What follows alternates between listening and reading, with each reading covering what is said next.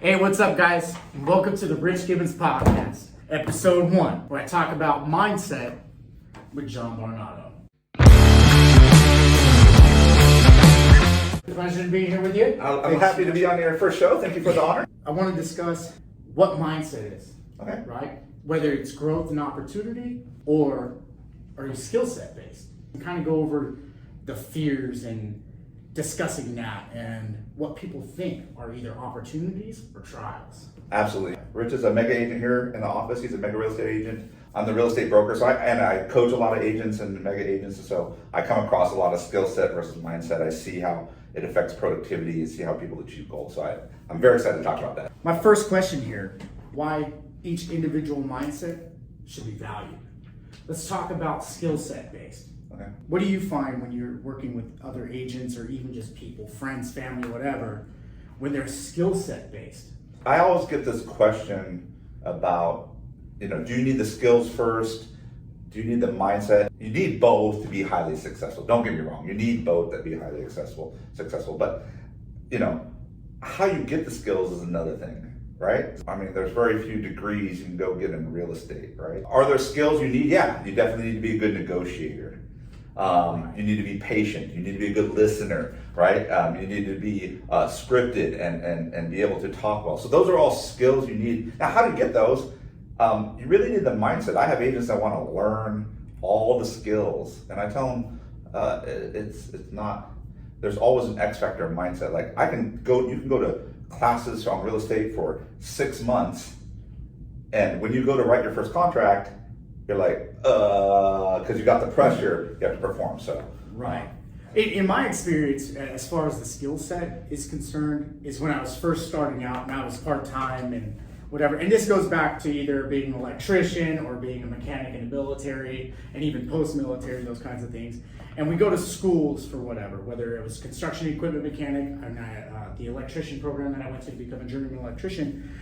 And it wasn't so much about mindset at the time as it was learning the skill set. Now, looking back, I'd say, hey, there's value in, I see value in becoming a construction equipment mechanic in the Army, because when I get out, then I can, I have a job to fall back on. I have the skills, right? I have a skill set now. There was nothing really about growth or opportunity other than, hey, I have a fallback when I get out. Right, so I can fall back onto a $40,000, $50,000, $60,000 career and be able to live. Right, yeah. And then when I went into the electrician union here in Sacramento, IEBW Local 340, shout out, thank you guys. I went into that. My mindset was, okay, my uncle owns a local construction company, and he offered me part ownership in the business later on. That didn't happen just through life. Yeah. Right, 5 years through a program takes a lot of time, and life happens, right? And so going through that, I wanted to get the skill set so I could grow. Right. And in real estate, I was studying my real estate license when I was a third-year apprentice working on the Sacramento Kings Arena downtown, yeah. Right? And I would be, during my lunch breaks and everything, I'd be reading through my materials so I could study and even on stocks and other things that I wanted to learn to get out of a blue-collar job, and no disrespect to that, just where I wanted my life to grow. Like, I needed to do those things. And so going through that, you go through real estate school and you think, all right, cool, I know all of these ethics, right, and laws.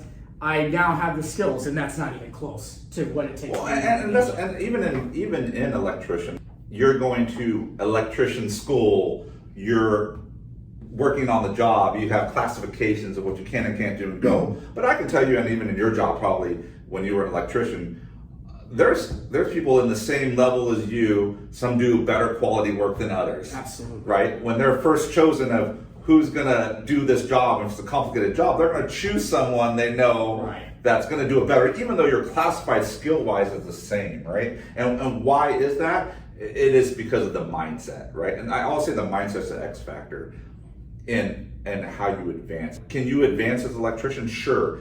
You could end up part owner, you could end up foreman, then supervisor, and have that career, and eventually maybe owner or partner, right, in that business. But those advancements don't happen because of your skill. Advancements happen because of other skills like leadership, growth, right? People follow you. And so those sort of things are going to be more mindset based, right? A good example is I was watching the Olympic trials, and they're doing the track and field, and they're at Autzen Stadium in Oregon, at the University of Oregon. So they've done the last few years there, and the commentators were remarking how the Oregon track and field athletes, the athletes that actually went to the University of Oregon and ran for Oregon prior to being professional, that they were doing really well. A lot of them were having personal bests and qualifying for the Olympic team during that time. So now, everyone lining up at those races, they all have skills. You're not going to be running the 400 meters, 200 meters at a U.S. track and field trial unless you got skill, talent, skill. You've been training 4 years for this, right? So why do athletes at Oregon tend to do better?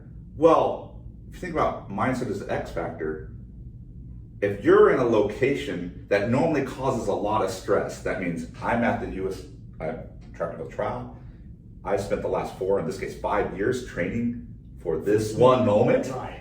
Well, there's going to be a lot of stress around your performance on that, and that could affect performance, right? But if I went to this school, I ran on this track for 4 years, it's going to be less daunting for them. I've been here. Because I've been here, I've done this, I've run this a million times around this track. I know the feel of the track, I know the bounce of the track, and all of that gives them that edge. Everyone on there is elite skill set. What makes someone win? Right. And then it's come to mindset. You say the Oregon athletes that have been there before perform better. Now, I'm sure there's cases where people that hadn't raced there also could potentially have broken records. Yeah, definitely, yes. That's the thing, is when you look at these times, especially if you're talking sprints, you're talking half a second at most between these athletes, right? Hundredths of a second. Exactly. So what makes that difference, right? And that's generally it's how calm you are going into it, how confident you are going into that process, and that's all mindset, right? And environment. If you're familiar with the environment, that helps. So that's just an example of mindset and how it works. And I see it in real estate all the time. I find people who are super intelligent and can discuss real estate at a high level, they just don't have the mindset to be successful, right? And heck, I had an agent who had a PhD and he struggled and eventually got out of real estate because he didn't have the right mindset about it, right? So you can have the skills, but I'm a big proponent of, if you have the right mindset, you will find the skills. That's what I was thinking on the topic of the Olympic athletes over here competing, and I would probably identify myself in this group category, where when there's an intense amount of pressure, allow myself to burst through the ceiling. Right? There's this glass ceiling above us and whatever we're trying to do, in my opinion. And when the pressure gets tighter, I find myself, and I know other people in our office, other friends of mine, where it's like, hey, you're not going to get me down. And you could be bigger, badder, stronger, you could be more intelligent, you can do this or that. But when you face someone with the growth mindset and see it as an opportunity to break the ceiling and perform at a high level, I think that's kind of what separates some people when they think about trials and opportunities, right? Where other athletes go in there with saying, hey, you know, these people have raced on this track before, I've never been here, I gotta perform better.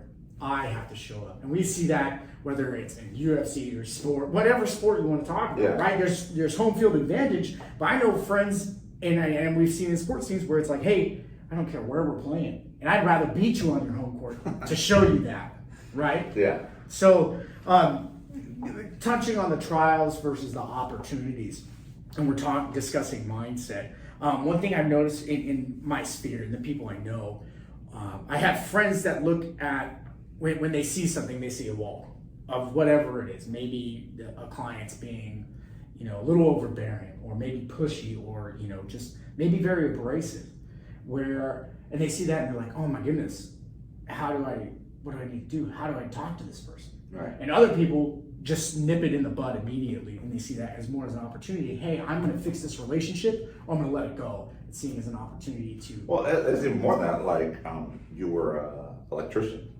right? Getting your license, transition to real estate. So, for example, how much of a trial and opportunity is going from saying I'm going to go from a good wage W-2 deposit in my checking account every freaking 2 weeks or month or whatever it is, and going to, I'm now commission based. Everything, the money doesn't come just because I work, right? And so people who are successful in these kind of jobs see those as opportunities and not as a trial. Growth mindset says this, and I truly believe this, is we can be better than who we are now. We can change. We can improve, right? I hear this story a lot of times where like people don't change. They are who they are. Does it make sense? And I can understand that because they just haven't had the people around them or the experience around them before people have grown. They see the changes. They reflect, wow, someone did that and overcame that, right? And if you want to ask yourselves what's a growth mindset, do I have a growth mindset? You have to see is look at the challenges in your life. And if they look like barriers to your success, if you're blaming these barriers to your success, then you look at them as trials and not opportunities. You know, one thing I gotta attribute this to my uncle, who I have a very close relationship with. When we talk about our lives and his life specifically, and then my life specifically, and what we went through. Now his is a lot different than mine, and mine could probably be weighed a little bit heavier just with circumstances, right? Like foster care, abandonment issues, and whatnot. But one thing he told me when I was probably 23 was, you know, you're over 18 now. You can't blame anybody else. And from that moment on, really, I was like, oh, man, that actually really makes sense. I can't blame, you know, lack of parents in my life. I can't blame the foster care system. I can't blame juvenile hall or you know, going to Iraq or Afghanistan and having those traumas and whatever else, right? You say it, name it, whatever. I've probably been through it, right? And so I've never looked at those as something that to keep me down. It's more like, hey, I can connect with a lot of people. I talk to a lot of my Army buddies, you know, and we've lost several in the last few years to drugs and maybe other things involved with that. And we're like, man, just call, pick up the phone, right? If you're having a hard time. But I look at those situations like, hey man, nothing's gonna keep me down. And I think that, you know, we see it in our office and we see it in our spheres, and I'm sure everybody else out there could see, hey, which friends are lining up that tend to point the finger at everybody else. And my grandma, I'll attribute this to my grandma. When I was growing up, when you're pointing the finger, 3 are pointing back at you. Yeah, exactly, right? yeah. And there's a lot to be said behind that statement, because once, now kids and all that stuff, their environment does matter, but once you hit 18, you go out on your own and all this, you really have to take a good look at who's around you and what you're doing. Right? Well, yeah, I mean, honestly, yeah, I mean, I tell people you want to grow. If anything in my life goes wrong, didn't turn out the way I wanted it to turn out, the first thing a growth mindset person asks them is, what did I do to contribute to this outcome? Right. I'm a firm believer that you create the world around you. That means anything that's happened to you, if you think the world is against you, you think it's pummeling you, you think it's that person's fault or my dad's fault or my mom's fault, they abandoned me or they gave me bad habits or they screwed me up or whatever it is, blame is not growth mindset. You're always going to be stuck where you are. And the way I get around that is like, I'm responsible for my actions. And then if you take that farther, you say, I'm responsible for people's reactions to me. 100%. Yeah, like, think about that. Despite how you feel, you can control everyone's reaction. And we can have a whole different conversation about listening. Yeah. The art exactly. The art of communication. We should have that conversation That's a good call, on another episode, right? But you know, I want to kind of go into with our mindsets and the opportunity mindset and touch on the base of fear. Yeah. Right. So we see a lot of fear. I'll tell you, when I was getting my license and I was an electrician, right, I had a big fear of going commission based. Yeah, I can imagine. Yeah. I had a very nice check weekly when I was working in San Francisco, making, you know, quite a bit a month, or quite a bit a week. Yeah. That some people don't even see in a month. Yeah. Right. And that's not even touching my retirement account or anything else. Right. And so I'll give a little backstory here. I was in the IBEW, got my journeyman's license, and I instantly went over to go work in the Bay for better wages, single guy. Yeah. Hey man, I got a dog at home, I'll be back, right? Boom, have friends babysit during the week, live with a friend in Nob Hill, and do all this. And then I kept think I'm listening to podcasts that I really enjoy, reading books and educational. When I was riding on the train over there, my earbuds are in, I'm listening, to several different podcasts, listening to books. I was doing a ton, and then I work 7-hour days, drilling in screws, putting in boxes and all this stuff, running wire, and I'm still listening to this stuff every day. And I was like, man, you got to make the leap, dude. You got to make the leap. And it just kept coming like, oh man, it's not the right time. It's not the right time. And I'll tell a quick story about this. I was actually in a car accident. Right? This is what happened. So June 2019, I was driving to a friend's house and stopped at a red light.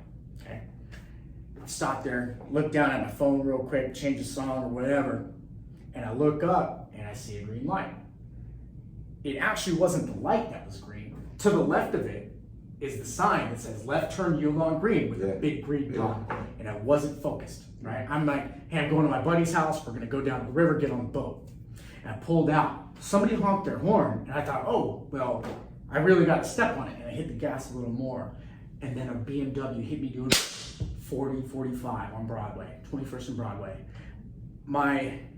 The car was about this far from my head with my seat. I was in my Chevy Spark, little Chevy Spark commuter get to the bay. Right? Yeah. About this far from my head, right, from my front seat. I was probably, I could have been really injured, possibly more.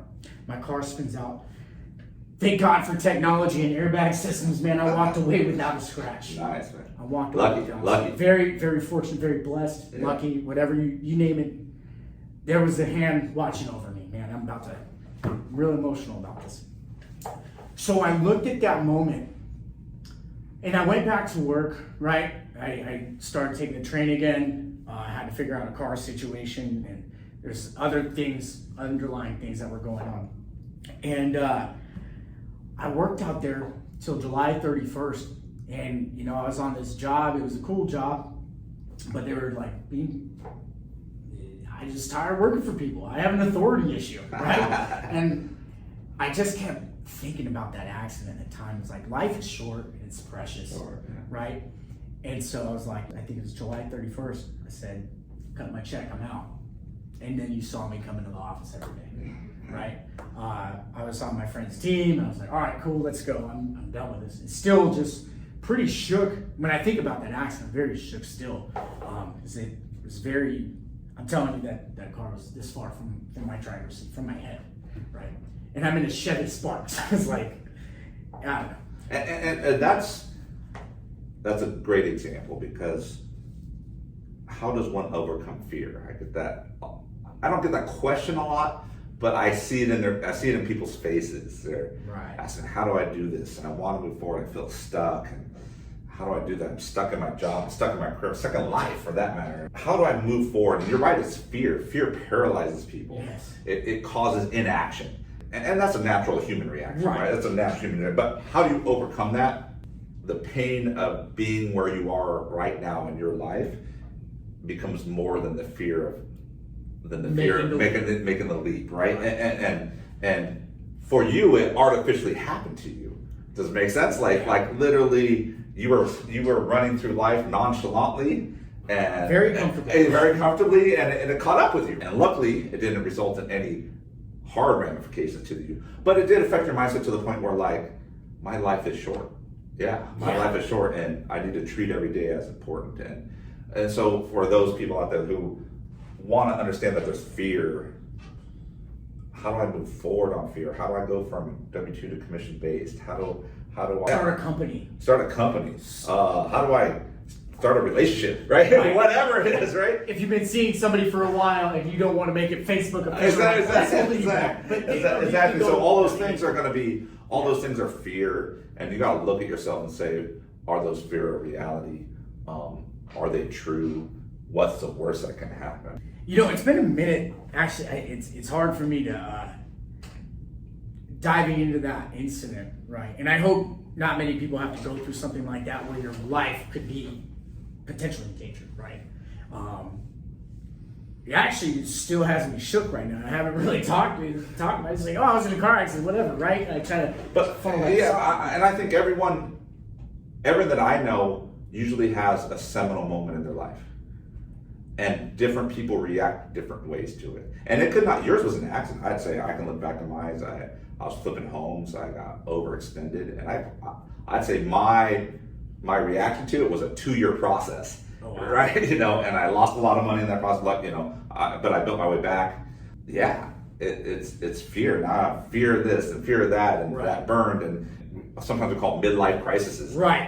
How do people react? This is not the life I thought I would have, and that's sort of a seminal moment for people. Is like, this is the moment it has to change, right? It has to change. On that topic of fear and stuff, you have to look yourself in the mirror and you have to say, do I really want to make this leap?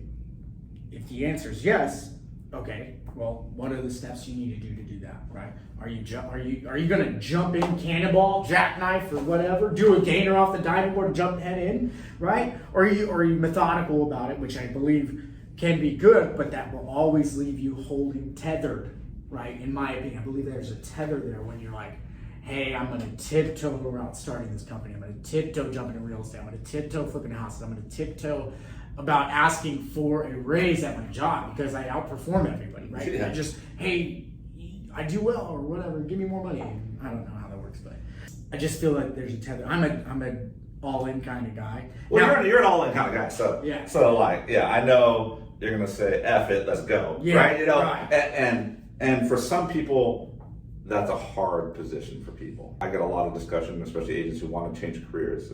I say don't bankrupt yourself. But I'm always an advocate. I'm a burn the boats advocate. So yes. I don't know if you guys, the story. Conquistadors come over to Mexico. I heard that's false, but I love the story. Maybe it is false. I don't know, but I like the story. It's a lot of money to burn. Right? He has a lot of money to burn, and he was like, we're either gonna win, or we're gonna conquer, or we're gonna lose. Right. And he tells his captains go burn the boats, and they burn the boats down and says you're either win or losing. Yeah. And guess what? They won. That's a point in history. But the point of it is when there's no plan B, when there's no tether, right. When there's no saying, yeah, I'm going to go back to that, right? Then plan A becomes ultimate, right? And that's when fear doesn't matter, right? That's where you overcome fear because I have to perform on this level, right? And honestly, it's about trusting yourself. And oftentimes, if you have fear, most of the time the fear is really, I don't trust myself to be successful in that situation. Right? I don't trust my skills. I don't trust where I am to get there. And that's really a confidence and belief issue. Can you honestly stay living where you're at for 30 years and retire and do your own thing and be happy? Or if you take that leap of faith and give it a shot, right? What would that mean? How monumental in your life? What would that change, right? Instead of saying, hey, I'm on a $50,000 to $100,000 a year job, whatever, I'm living comfortably. But when you can basically make whatever you want if you build the right company, whether it's real estate, whether it's a piece of technological equipment we don't have yet, or a coaster, right, at Starbucks, those kinds of things. I'm about wealth building and growth and all those things. And I guess I'm a little bit of Disneyland, and you all grow up. We all grow up watching the movies, right? And you always get the prince, you always get the princess, and it always works out in the end. Yeah. And I think it sells that. And I think a lot of people come to moments where they're not, they realize that's not the real world. But if they start looking around, like you were listening to podcasts, right, on your train and reading books and things like that. But if you actually look around, you do see the prince and the princess make it. You can see it, you can talk to people, you hear it, they interview people that made it, right? That made it. And you make excuses to yourself out of fear, saying, oh, they're different. Right. They don't do that. And then I can point to you, Rich, and say, look, foster care, abandonment, violence issues, whatever, right? The reason you are where you are is not because of your skill level, it's because you have a growth mindset. You push past fear, and that's because you inherently are uncomfortable with having a mediocre life. Right. Does it make sense? And that is really what comes down to, like, what are you settling for? And I know people who are state workers, and man, they're putting there 25, 30 years, and they're taking the pension, and they're happy. When I coach anybody, I said, you tell me your goals. Right. I'll coach to that. Be very clear on what you want, and then go toward that. And anyone can achieve that. I can tell you, I've been in real estate 13 years. hire a bunch of agents. I have 200 agents in our. I interview a ton of people, and I can tell you I have rich, poor, black, white, female, male, ugly, pretty, tall, short, whatever. I don't care. I've seen people find success, for example, in real estate and have all different qualities, backgrounds, poor, rich. I don't care. They come from wherever. I can point to someone who's highly successful. But one thing that is common amongst all of them is the growth mindset. That is key, because that will always make them overcome whatever challenges they have. Because they will all, now that doesn't mean they're always going to be successful. They will fail, but failing is how you learn, right? And how you grow, right? You first attempt, right? Your accident was a mistake, right? And it was a mistake, right? And some people will be paralyzed by that, right? So you took a reaction, life is short. Right. I need to move forward. Some people's reaction is like, I need to maybe pull it back. Maybe I need to only do electrician in Sacramento now, because I don't want to make that drive every time, and that puts more risks. Does that make sense? And so it's about, that's the difference, is where your life goes and how you make decisions about things. It's really how you look at the silver lining. Not many people are going to look at an accident and say, that was a seminal moment in me transcending my current life forward, right? And so, kudos to you on that, sir. So. Thank you. Well, I think we've been able to help a lot of people, maybe just communicate that life is short, talk about skill set and mindset and what it means and the values behind that. Jon, I want to say thank you so much for the opportunity, and I really appreciate you being my very first guest. I appreciate that too. Man, it means a lot to me. As somebody with your leadership level, somebody that I look up to, and I also gain leadership values from you. I want to say thank you so much. I appreciate the opportunity too, man. So you're a friend, and a real good friend, and I love seeing your growth. I love being your guest here. That's my favorite topic: mindset, growth, and helping people overcome their fears and achieve their goals, which I love.